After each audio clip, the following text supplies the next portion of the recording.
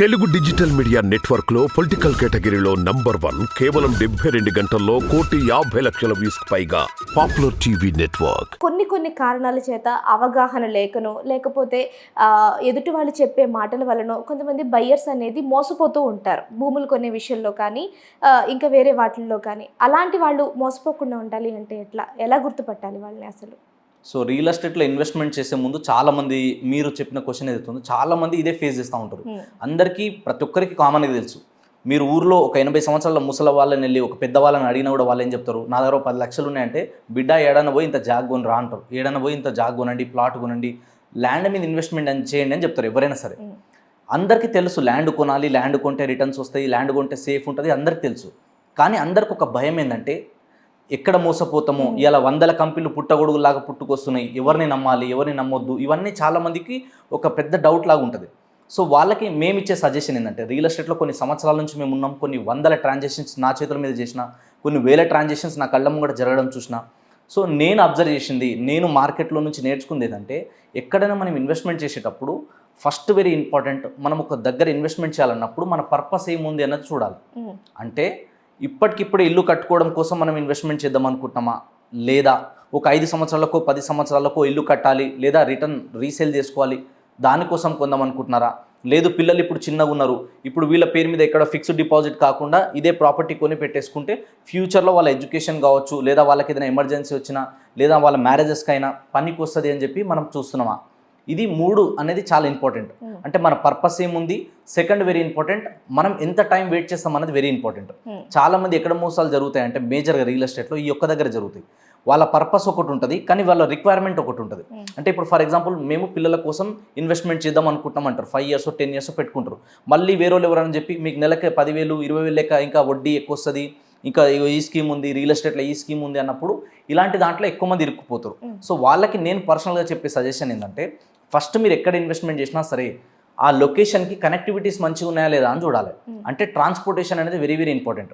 ఎక్కడైనా సరే సిటీ ఎక్కడ గ్రోత్ అవుతుంది అంటే ఎక్కడైతే కనెక్టివిటీస్ బాగుంటాయో అక్కడ గ్రోత్ అవుతుంది. ఇది ఫస్ట్ పాయింట్. సెకండ్ పాయింట్ ఏంటంటే, ఎక్కడ బాగా గ్రోత్ వస్తుంది అంటే ఎక్కడైతే ఎంప్లాయ్మెంట్ ఉంటుందో అక్కడ గ్రోత్ బాగుంటుంది. అంటే కంపెనీస్ కానీ ఇండస్ట్రీస్ కానీ ఎక్కువ ఉండాలి. ఈ రెండు ఎక్కడైతే ఉంటాయో అక్కడ గ్యారంటీగా రేట్స్ పెరగడానికి ల్యాండ్కి ఛాన్సెస్ ఎక్కువ ఉంటాయి. ఎందుకు పెరుగుతాయి అంటే ఎక్కడైతే కంపెనీస్ ఉన్నాయో అక్కడ జనాలు రావడానికి ఇష్టపడతారు. సో జనాలు వచ్చిన తర్వాత అక్కడే కాకపోయినా ఒక 10 కిలోమీటర్ రేడియస్లో ఉండడానికి ఇష్టపడతారు. వాళ్ళకి స్కూల్స్, కాలేజెస్, హాస్పిటల్స్, బ్యాంకులు, revenue department, shopping complex, entertainment ఇవన్నీ దగ్గరలో ఉండాలని చూస్తారు. So connectivities. సెకండ్ వచ్చేసి అన్ని రకాల ఎమ్యూనిటీస్ ఉండాలి. థర్డ్ వెరీ వెరీ ఇంపార్టెంట్, లీగల్గా చాలామంది ఫేస్ చేస్తున్నారు ప్రాబ్లమ్స్. ఇప్పుడు మనం 2024లో ఇన్వెస్ట్మెంట్ చేసేటప్పుడు డిటిసిపి కానీ హెచ్ఎండిఏ కానీ ఈ 2 లేఅవుట్స్ మనం ఇన్వెస్ట్మెంట్ చేసేటప్పుడు అప్రూవల్స్ ఉన్నాయా లేదా అన్న చూసుకోవాలి. తర్వాత వచ్చేసి ఈసీ సర్టిఫికేట్ ఉందా లేదా అన్న చూసుకోవాలి. లింక్ డాక్యుమెంట్ క్లియర్ ఉందా లేదా అన్న చూసుకోవాలి. తర్వాత వాళ్ళ సేల్ ఆఫ్ అగ్రిమెంట్ కానీ వాళ్ళ ఎంఓయూలు కానీ 2-3 పార్ట్నర్స్ ఉంటాయి కంపెనీలో, ఇవన్నీ క్లియర్ ఉన్నాయా లేదా చూసుకోవాలి. ఇవన్నీ మాకు తెలియదు అన్నప్పుడు మాలాంటి వాళ్ళని కన్సల్ట్ అవ్వాలి. లేదా రియల్ ఎస్టేట్లో ఎవరైతే మినిమం 5 years 10 years కన్నా ఎక్కువ టైం నుంచి ఉన్నారు, కొన్ని వేల ట్రాన్సాక్షన్ చేస్తున్నారు, రెప్యుటేషన్ మంచిగా ఉంది, అలాంటి వాళ్ళని అప్రోచ్ అవ్వాలి. లేదా అడ్వకేట్స్ కానీ లాయర్స్ కానీ ఉంటారు కదా, వాళ్ళని అప్రోచ్ అయితే వాళ్ళన్నీ కూడా క్లియర్గా చెప్పగలుగుతారు.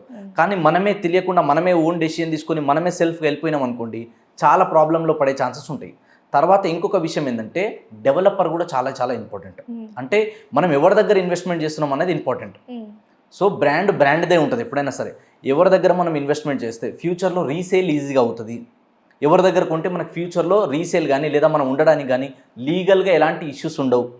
బ్రాండ్ రెప్యుటేషన్ ఎలా ఉంది, వీళ్ళ దగ్గర ఎంతమంది కొన్నారు, సో వాళ్ళ దగ్గర కొన్న కస్టమర్ ఫీడ్బ్యాక్ ఎలా ఉంది, ఇవన్నీ చెక్ చేసుకోవాలి. ఎందుకంటే ఇప్పుడు మనం ఎవరి దగ్గర పడితే వాళ్ళ దగ్గర ఇన్వెస్ట్మెంట్ చేసినాం అనుకోండి, కొనేటప్పుడు ఏమనిపిస్తుంది అంటే కంపేర్ చేస్తే బ్రాండ్తో కంపేర్ చేస్తే 500 1000 తక్కువ ఉంటుంది. చాలామంది ఏమనుకుంటారు, అరే తక్కువ వస్తుంది కదా, వీళ్ళు పక్కనే వెంచేస్తున్నాయి, వీళ్ళు ఎక్కువ రేట్ చెప్తున్నారు, వీళ్ళు తక్కువ రేట్ చెప్తున్నారు కదా అంటారు. డిఫరెన్స్ ఏముంటుంది అంటే బ్రాండ్ అనేది మ్యాటర్ అవుతుంది ఎప్పుడైనా సరే. మీరు ఎప్పుడైనా బాటా షోరూంలోకి వెళ్ళి చెప్పుల క్వాలిటీ చెక్ చేస్తారా? ఇట్లా చెక్ చేయరు. ఎందుకు అంటే బాటా అనేది మినిమం ప్రైస్ ఛార్జ్ చేస్తాడు, క్వాలిటీ కూడా అలాగే మెయింటైన్ చేస్తాడు. ప్రాపర్టీ విషయంలో కూడా ఏంటంటే డెవలపర్ లేదా బిల్డర్ రెప్యుటేషన్ మంచిగా ఉంటే రేపటి రోజు రీసేల్ చేయడానికి ఇప్పుడు నేను చెప్పిన లీగల్ ఎంక్వైరీ అంతా అవసరమే ఉండదు. ఎందుకు, పలానా ఒక రెప్యుటేషన్ బిల్డర్ ఉన్నారు అంటే వాళ్ళు పెద్ద బిల్డర్స్, వాళ్ళ దగ్గర అన్ని క్లియర్ ఉంటాయన్న ఒక నమ్మకంతో మీకు లీగల్గా ఇంకా తలకాయ నొప్పులే ఉండవు. కాబట్టి ఈజీగా కొనడానికి కానీ ఈజీగా అమ్మడానికి కానీ ఏది ఉన్నా కూడా బాగుంటుంది. ఇంకొకటి ఏంది, రెప్యుటేషన్ ఉన్న దగ్గర మంచి బ్రాండ్ దగ్గర కొంటే బ్రాండ్ అంటే ఒక భయం కూడా ఉంటుంది, ప్రతి ఒక్కరికి బాధ్యత ఉంటుంది, భయం ఉంటుంది. అమ్మో నేను ఏదైనా మిస్టేక్ చేస్తే మార్కెట్లో నా రెప్యుటేషన్ పడిపోతుంది, నాకు వచ్చే బిజినెస్ పడిపోతుంది అని చెప్పేసి డెవలపర్లు బిల్డర్లు కూడా ఏంటంటే ఒక భయం ఉంటుంది, ఒక బాధ్యత ఉంటుంది. కాబట్టి మిస్టేక్స్ చిన్నపిల్లలు తెలిసి ఒక మిస్టేక్ చేస్తారు మేడం, పెద్దవాళ్ళు చేయరు. ఎందుకంటే వాల్యూస్ ఉంటాయి వాళ్ళకి. బయట మార్కెట్లో ఎక్కడైనా వెళ్ళినప్పుడు తలెత్తుకొని బతకాలి కానీ తల దించుకొని బతకొద్దు అనుకుంటారు. కాబట్టి వాళ్ళు కూడా ఏంటంటే ఇంటెన్షన్గా, చాలా మంది ఏంటంటే ఎవరు కూడా చేయాలని ఉండదు, బట్ కొందరు మాత్రం ఇంటెన్షన్గానే వస్తారు మోసం చేద్దామని. కాబట్టి రెప్యుటేషన్ ఉన్న దగ్గర కొన్ని సంవత్సరాల నుంచి మార్కెట్లో ఉన్నారు, చాలా ప్రాజెక్ట్స్ కంప్లీట్ చేశారు. సో అన్నప్పుడు అలాంటి వాళ్ళ దగ్గర మనం ఇన్వెస్ట్మెంట్ చేస్తే ఫ్యూచర్లో కూడా మనం రీసేల్ చేసుకోవడానికి కూడా ఈజీ ఉంటుంది.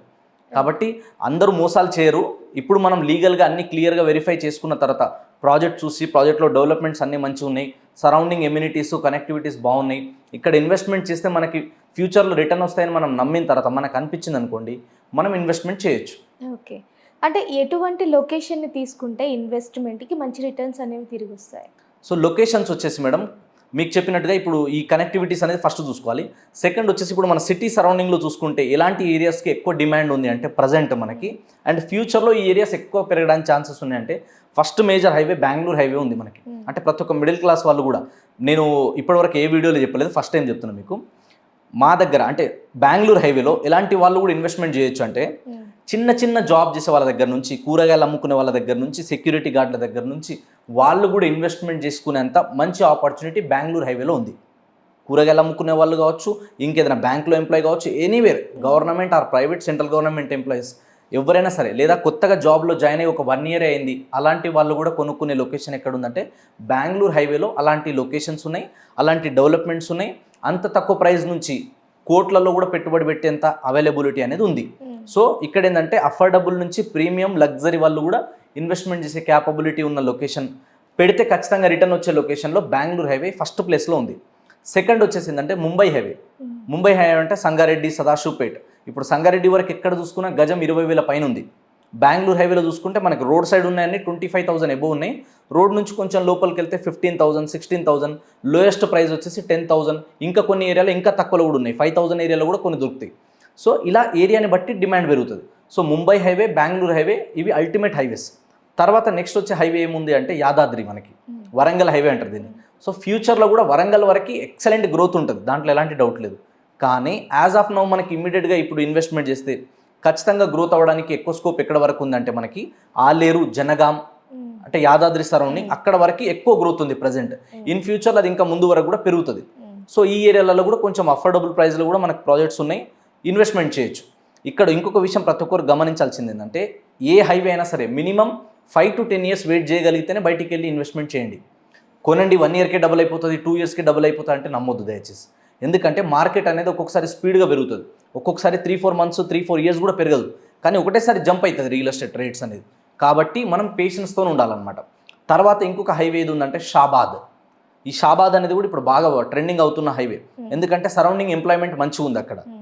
సో దీని గురించి డీటెయిల్గా మనం ఇంకొక వీడియోలో మాట్లాడదాం. బట్ ఇప్పుడు షాబాద్ కానీ, షాద్నగర్ కానీ, షాద్నగర్ నుంచి జడ్చర్ల వరకు కానీ, ఇక్కడ వరంగల్ హైవేలో వరంగల్ వరకు కానీ, ఆలేరు, జనగాం ఈ ఏరియా వరకు మంచి గ్రోత్ ఉంది. తర్వాత మనకి విజయవాడ చూసుకుంటే అప్ టు మనకి చౌటుప్పల్ ఐడియా ఉంది కదా, సో చౌటుప్పల్ వరకు ఫ్యూచర్లో మంచి గ్రోత్ రావడానికి స్కోప్ ఉంటుంది. దీని తర్వాత చూసుకుంటే ముంబై హైవేలో జహీరాబాద్ వరకు గ్రోత్ ఉంది.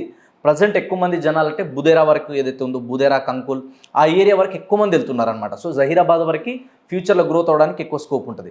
దీని తర్వాత చూసుకుంటే మనకి శ్రీశైలం హైవే, శ్రీశైలం హైవే ఏదైతే ఉందో ఈ శ్రీశైలం హైవేలో మనకి అప్ టు ఏదైతే ఇప్పుడు మనకి కర్తాల్, ఆమన్గల్, తర్వాత వచ్చేసి మనకి కల్వకుర్తి ఈ ఏరియా వరకు ఫ్యూచర్లో గ్రోత్ అవ్వడానికి ఎక్కువ స్కోప్ ఉంటుంది. కల్వకుర్తి వరకు స్కోప్ ఖచ్చితంగా ఉంటుంది.